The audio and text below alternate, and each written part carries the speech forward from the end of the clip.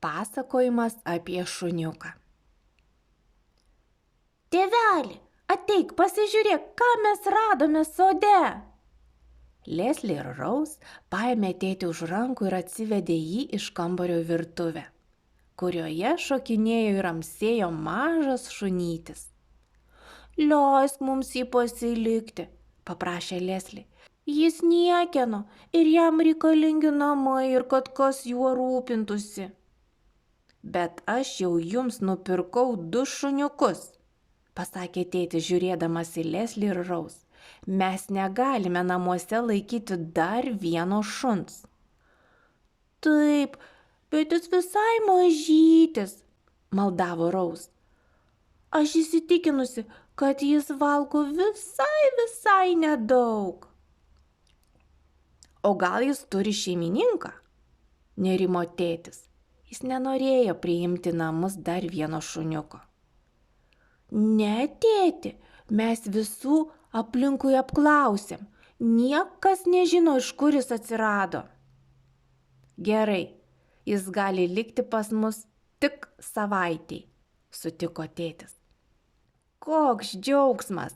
Rose ir Leslie gali šuniuką pasilikti pas save. Tai bus jų nuosavas šuniukas. Tik staiga šuniukas nuvertė ąsotį su pienu, kurį Rose paliko ant grindų šalia dubenėlio. Akimirksniu ant grindų pasipylė balta pieno bala. Šunytis pribėgęs ją lakė taip greitai, kaip galėjo lakti savo mažu liežuvėliu. Jis didelis išdykėlis, bet aš įsitikinusi, kad daugiau taip jis nebedarys, pasakė Leslie glostydama šunytį. Mes turime sugalvoti jam vardą, priminė Rose. Gal pavadinkim jį Tinkeriu? Taip šuniukas tapo Tinkeriu. Ėjo laikas.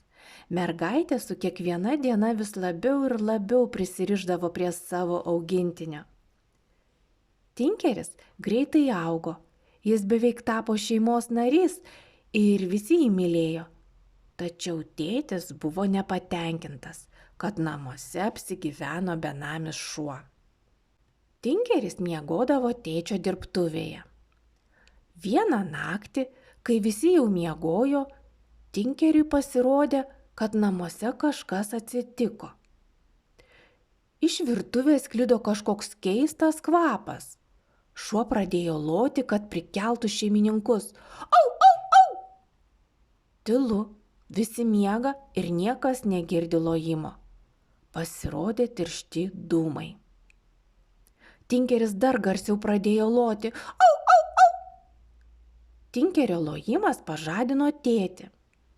Ko tas šuo čia loja? Ko jis visus kelia vidury nakties?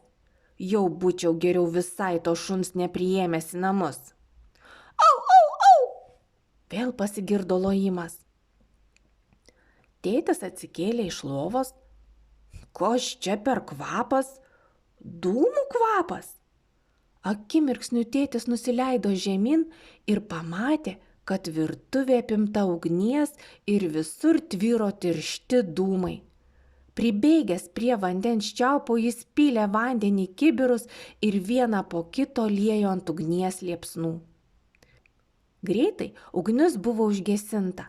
Tėtis dėka Tinkerio suspėjo laiku. Ryte Tinkeris gavo tokius pusryčius, kokius net įsivaizduoti negalėjo savo šuniškuose svajonėse. O Leslie ir Rose negalėjo atsidžiaugti Tinkeriu. O tėtis pripažino, jei ne Tinkeris, jie galėjo prarasti namus, o blogiausia net žūti. Po šitos dienos jis dažnai kartodavo, kad Tinkeris pats nuostabiausias ir protingiausias šuo, kurį jis kada nors žinojo. O kas galėjo nutikti, jei nebūtume pasilikę Tinkerio pas save? Pamastė mama.